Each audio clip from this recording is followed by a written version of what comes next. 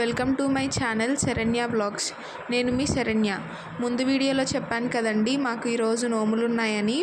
ఈ నోముల వీడియోని మొత్తం అప్లోడ్ చేశాను, చూడండి. ఎవరైనా కొత్తగా నోములు నోచుకునే వాళ్ళు ఉంటే ఈ నోముల వీడియో చూసి ఎలా నోచుకోవాలో చూడండి. ముందుగా అయితే వినాయకుడి దగ్గర దీపారాజన అనేది చేసుకున్నాము. ఆ తర్వాత వినాయకుడికి పూజ అనేది చేసుకున్నాము. ఇక్కడ వినాయకుడిని బియ్యంలో పోసి పెట్టాం కదండి, ఆ బియ్యాన్ని పూజ అంతా అయిపోయిన తర్వాత పంతులు గారికి ఇచ్చేయాలి. సో మీరు చూడండి ఈ వీడియో మొత్తం.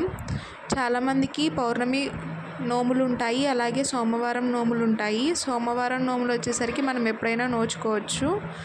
అలాగే ఏ సోమవారం అయినా మాకు ఈ సోమవారం కుదిరింది, అలాగే ఏకాదశి గడియలు ఉన్నాయని చెప్పేసి నోచుకున్నామండి. మీరు చూడండి మొత్తం వీడియో అంతా. బ్రాహ్మణ ద్వితీయపరార్థే శ్వేతవరాహకల్పే వైపుష్వంతమన్వంతరిష్యే దేవి భోగం జోక్పస్యేమ సూర్యముచ్చరంత మనుమతే మృడయానా స్వస్తి అమృతం వై అమృతామాపః ప్రాణానే యథాస్థానముపహ్యతే శ్రీ మహాగణపతియేన్న ప్రాణ ప్రతిష్టాపనం సమర్పయామి. ఓం గణానాత్మా గణపతిం హవామహే కవిం కవినాముపస్రమస్తవం జ్యేష్ఠరాజం బ్రహ్మణస్పృత అనంతనూతిభిः శ్రీరసాదనం. ఓం శ్రీ మహాగణపతియే నమః. ధ్యాయామి. నమస్కారం చేసుకోండి. పువ్వు తీసుకొని కొంచెం నీళ్ళు పాదయోపాద్యం సమర్పయామి. హస్తయో అర్ఘ్యం నీళ్ళు చల్లుతూ ఉండండి. చిన్న ముఖే ఆచమనీయం సమర్పయామి. ఓం అపోహిష్టామయో భూవ స్థానే ఊర్జే దధాతరా మహేరణాయ చక్షసే యోవ శివతమూరస సస్తభాజయతే అనః ఉసతీవ మాతః తస్మాతరంగమావో యస్య క్షయాజిన్మద్ అపోజనయథాయచనాం. ఓం శ్రీ మహాగణపతియే నమః. శుద్ధోదక స్నానం సమర్పయామి. స్నానానంతరం శుద్ధాచమనీయం సమర్పయామి. కొంచెం నీళ్ళు చల్లండి. అభివస్త్రాసువసన ఉషావిధేను పూయమానః అభిచంద్రాభర్తవేణో హిరణ్యపుష్పాన్ రథినో దేవ. మహాగణపతియే నమః. వస్త్రయుగ్మం సమర్పయామి. 2 అక్షింతలు వస్త్రయుగ్మం సమర్పయామి. యజ్ఞోపవీతం పరమం పవిత్రం ప్రజాపతే రత్నహజం పురస్కార్ ఆయుష్యం రుజ్యం ప్రతిముంచ శుభ్రం యజ్ఞోపమస్తు బలమస్తు తేజః. యజ్ఞోపవీతానికి ఇంకోటి చేశారా?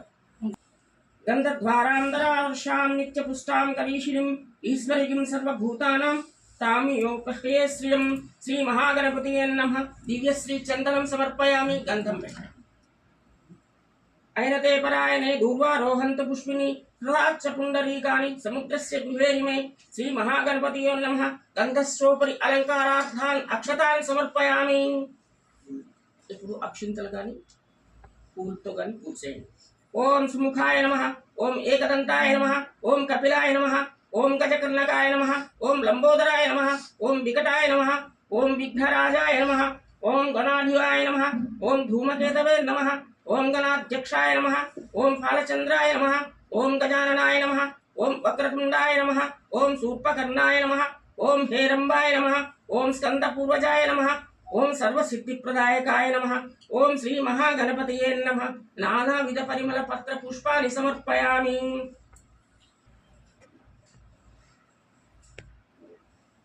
ఇంకా నేను స్లో. మా గురువు గారు అయితే అసలు అమ్మాయి గంట ఉపకోయం ప్రతిగృహతాం. శ్రీ మహాగణపతియే నమః. ధూపమాగ్రాపయామి. సాధ్యం త్రివర్తి సందయాత్ సత్యం తత్తేన పరిశీలించామి. కొంచెం నీళ్ళు చల్లండి. 5 సార్లు చూపించండి ఇలా. ఓం ప్రాణాయ స్వాహ. ఓం వ్యానాయ స్వాహ. ఓం ఉదానాయ స్వాహ. ఓం సమానాయ స్వాహ. కొంచెం నీళ్ళు చల్లండి. ఓం మధ్యే మధ్యే పానీయం సమర్పయామి. హస్తో ప్రక్షాళయామి. పాదో ప్రక్షాళయామి. శుద్ధ ఆచమనీయం సమర్పయామి. ముక్తాచూర్ణ సమాయుక్తం తాంబూలం ప్రతిగృహ్యతాం. ఓం శ్రీ మహాగణపతియే నమః. తాంబూలం సమర్పయామి. నీరాజన ఆర్తించమన్నారా? గణేష్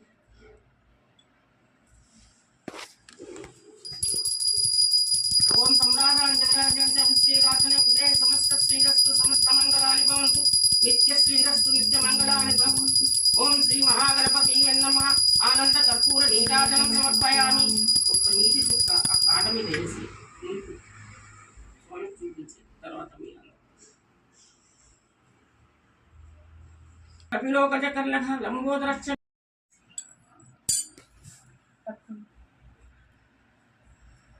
మంత్రహీనం క్రియాహీనం భక్తిహీనం గణాధిప యత్పూజితం మయా దేవ పరిపూర్ణం తదస్తు తే అనయా జ్ఞాన వాహనాది షోడోపచార పూజాం ఓం భగవాన్ సర్వ వాళ్ళ శ్రీవారు నేను ఒకే కంపెనీలో పనిచేస్తాను.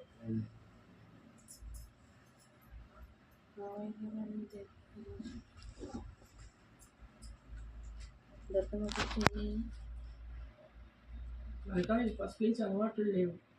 నేను ఆర్మీ రిటైర్డ్, ఆర్మీలో వర్క్ చేశాను. ఆ తర్వాత ఏదో ఉద్యోగం మీదనే ఉండిపోయాను తప్పించి ఇప్పుడే నేర్చుకుంటున్నాను.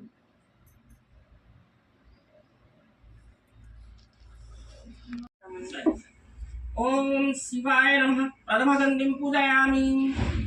ఓం శాంతాయ నమః ద్వితీయ గ్రంథిం పూజయామి. ఓం మహాదేవాయ నమః తృతీయ గ్రంథిం పూజయామి.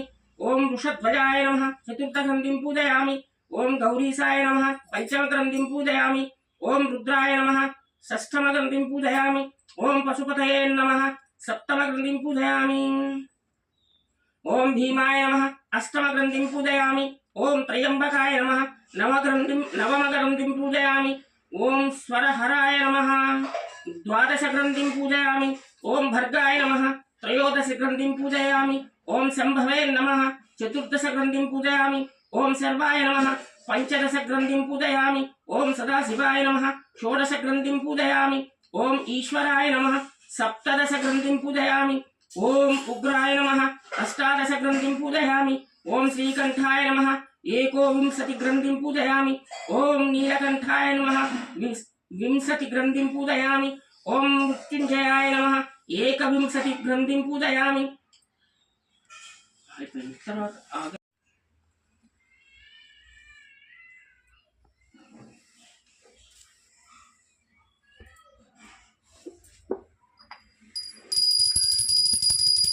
ఓం నారాయణే సుసంతం అగ్ర సర్వదేవానాం శ్రీ కేదారేశ్వర స్వామినే నమః. మహాపురుషుల గాంచి ఇట్లా చెప్తున్నాడు. ఓ మునిపుంగవులారా, మానవులకు సర్వ సౌఖ్యములు కలుగజేయనది ఈ వ్రతము 21 మారు ఆచరించి పుణ్యాత్ముడు సకల సంపదలను అనుభవించి పిదప శివ సాయుధ్యము పొందుతారు. ఓ ఋషిశ్రేష్ఠులారా, భూలోకంబున ఈశాన్య భాగంబున నిఖిల కళ్యాణ పదంపై సర్వజన నమస్కృతంపై కైలాసంపని పేర్కొనబడిన ఒక పర్వత శ్రేష్టం గలదు. అందు షడ్గుణైశ్వర్య సంపన్నులను మహనీయులకు యోగులు సిద్ధ గంధర్వ కిన్నెర కింపురుషాదుల చేతను సేవింపబడి మనోహరంపై ఉన్న ఈ పర్వత శిఖరం మందు జగత్కర్త అయిన పరమేశ్వరుడు ప్రథమ గణములచే పరివేష్టింపబడి భవానీ సమేతుడై సకల దేవముని బృందములచే నమస్కరించబడుచుండే. అందు నారదుడు, తుంబురుడు, గంధర్వులు అనేవాళ్ళు గానం చేస్తూ ఉండగా దేవతలందరూ వాద్యగోష్ఠి చేస్తూ ఉంటూ ఎప్పుడు కూడా భక్తి తత్వంతో అలా ఎప్పుడు మహాశివుని గురించి ప్రార్థిస్తూ ఉండేవాడు. ఒక రోజు వాళ్ళు అలానే చేస్తూ ఉండగా భృంగిరీటి అనే ఒక ముని తన హాస్యం చేత అందరినీ బాగా సంతోషపెట్టాడు. అంతా గానాలు, నృత్యాలు, హాస్యం, రంభ, ఊర్వశి, మేనక అటువంటి వారు తమ నృత్యంతో మహాశివుణ్ణి ప్రార్థిస్తూ ఉన్నారు. అప్పుడు భృంగిరిటి పార్వతీదేవిని వదిలేసి ఒక్క మహేశ్వరుడికి మాత్రమే ప్రదక్షిణ నమస్కారం చేసి వెళ్ళిపోయాడు. అప్పుడు పార్వతీదేవి ఈశ్వరుని అడిగింది, అదేంటి నాకు నమస్కారం పెట్టకుండా మీ ఒక్కరికే నమస్కారం పెట్టాడు ఎందుకు అన్నాడు. అప్పుడు ఈశ్వరుడు అన్నాడు, మహామునులకు సర్వస్వంగ పద్యాగులకు నీతో పని లేదు, నాతోనే, అందుకని భృంగిరిటి నా ఒక్కడికి నమస్కారం చేశాడు, వెళ్ళిపోయాడు అన్నాడు. అప్పుడు పార్వతీదేవికి కోపం వచ్చి భర్త మీద అలిగి, ఆయన పార్వతీదేవి అంటే శక్తి స్వరూపిణి కదా, వదిలేసి భూలోకానికి వచ్చేసింది. పార్వతీదేవి విడిచి వెళ్ళిపోవటం వల్ల మహాశివుడు కూడా క్షీణింపబడ్డాడు. భర్తను వదిలేయటం వల్ల పార్వతీదేవి కూడా క్షీణింపబడింది. అలా ఆమె భూలోకంలో తిరుగుతూ తిరుగుతూ గౌతమ మహాముని ఆశ్రమానికి వెళ్ళిపోయింది. ఆశ్రమంలో వెళ్ళేటప్పటికి గౌతమ మహాముని లేడు అక్కడ. ఆయన హోమం చేయటానికి సమిధలు, పండ్లు, పూలు కోసం దండకారణ్యంలో కొంత దూరం వెళ్ళిపోయాడు. ఆయన వచ్చే వరకు ఆమె ఆశ్రమంలో ఒక చెట్టు కింద కూర్చొని ఉందన్నమాట. అప్పుడు గౌతమ మహాముని కొంత సమయానికి ఆశ్రమానికి వచ్చి చూడంగా ఆశ్రమం అంతా చాలా ఒక వింత కాంతితో వెలుగుతుంది. మహాదేవి శక్తి స్వరూపిణి వచ్చి ఆశ్రమంలో ఉంది కదా. ఆయన లోపలికి వెళ్ళి చూస్తే పార్వతీదేవి ఉంది. ఆమెకు అర్ఘ్యపాదులు ఇచ్చేసి పూజించి, అమ్మ ఏంటి ఏం పని మీద వచ్చారు అని అడిగారు. అప్పుడు పార్వతీదేవి అంది, ఇలా ఇలా జరిగింది. నేను నా భర్తను కలుసుకోవటానికి, నా భర్తలో అర్ధ శరీరం, అర్ధనారీశ్వరుడు అంటారు కదా, సగభాగం రావడానికి ఏదైనా మంచి వ్రతం ఉంటే చెప్పండి మహాముని అని అడిగింది. అప్పుడు గౌతముడు కేదారీశ్వర స్వామి వ్రతం అని చెప్పి ఒక వ్రతం ఉందమ్మా, అది చేస్తే మీకు పతి వియోగం నుండి విముక్తి పొంది ఆయన శరీరంలో సగభాగం అయిపోతారు అని చెప్పాడు. అప్పుడు ఆమె గౌతమ మహాముని నుంచి ఆ వ్రతం ఎలా చేయాలి, ఏమేమి తెచ్చుకోవాలన్నీ అడిగి తెలుసుకొని భక్తి నిష్టలతో ఆ వ్రతాన్ని ఆచరించింది. అప్పుడు పరమేశ్వరుడు సంతోషించి ప్రత్యక్షమయ్యాడు. పార్వతీదేవి కోరిక తెలుసుకొని తన శరీరంలో సగభాగాన్ని ప్రసాదించాడు. అప్పుడు పార్వతీదేవి ఒక వరం అడిగింది. ఈ వ్రతాన్ని భూలోకంలో ఉన్న వాళ్ళందరూ చేసుకునేలాగా అనుగ్రహించు స్వామి అని అడిగింది. అప్పుడు మహాశివుడు సరే అన్నాడు. ఆ తర్వాత మహేశ్వరుడు పార్వతీదేవి కైలాసానికి వెళ్ళిపోయారు. అక్కడే ఉన్న గంధర్వుడు, చిత్రాంగదుడు అనే గంధర్వుడు ఈ తంతంతా చూసి మహేశ్వరుని ప్రార్థించి, ఈ వ్రతం గురించి భూలోకంలో అందరికీ చెప్తాను, మీరు అనుమతి ఇవ్వండి అని ప్రార్థించాడు. అప్పుడు శివుడు సరే అన్నాడు. ఒక మహారాజు మహాశివుడి దగ్గర నుంచి ఆ వ్రతం గురించి తెలుసుకొని ఉజ్జయిని పట్టణానికి వెళ్ళాడు.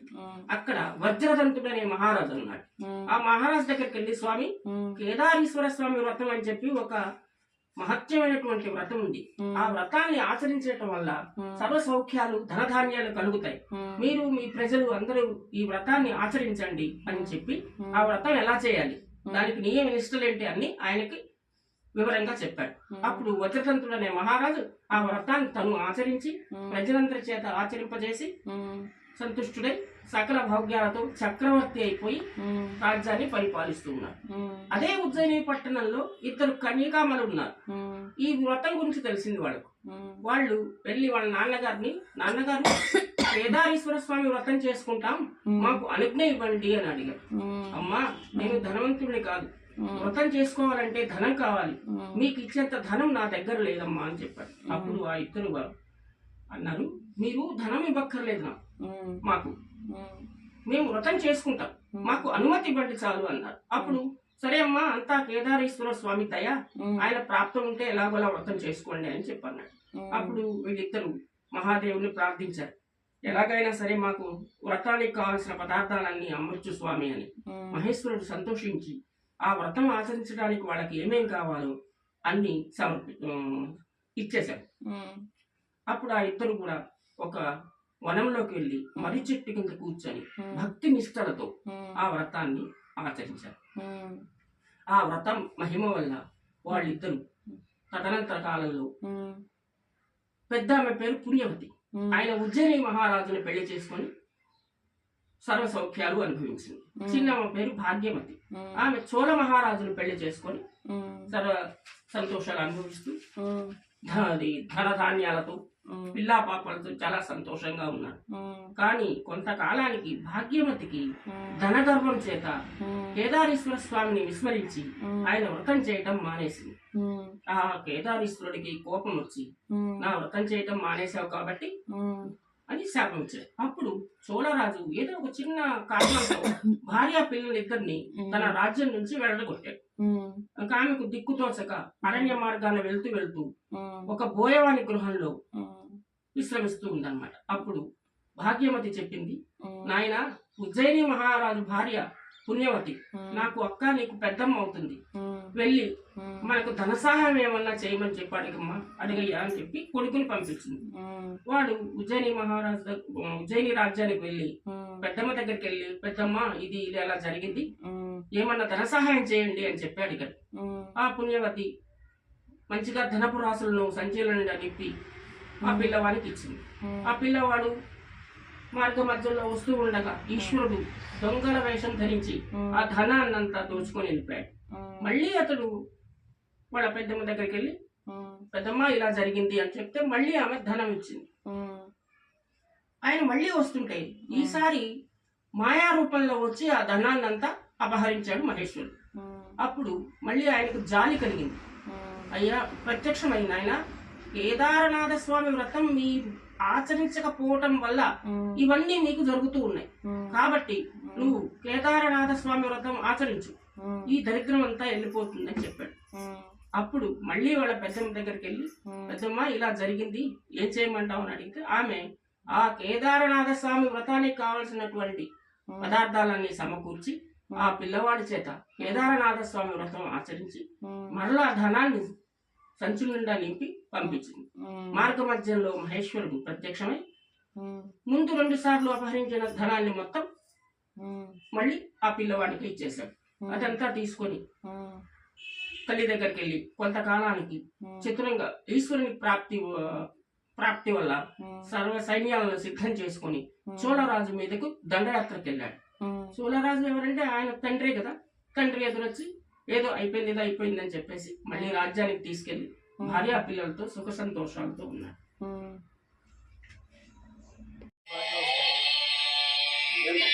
ఇది రన్నింగ్ లో మా మార్చులో ఉన్నారు. మళ్ళీ మార్చక్కర్లేదు, ఇది అన్ని తిరుగుతుంది. తిప్పాలి.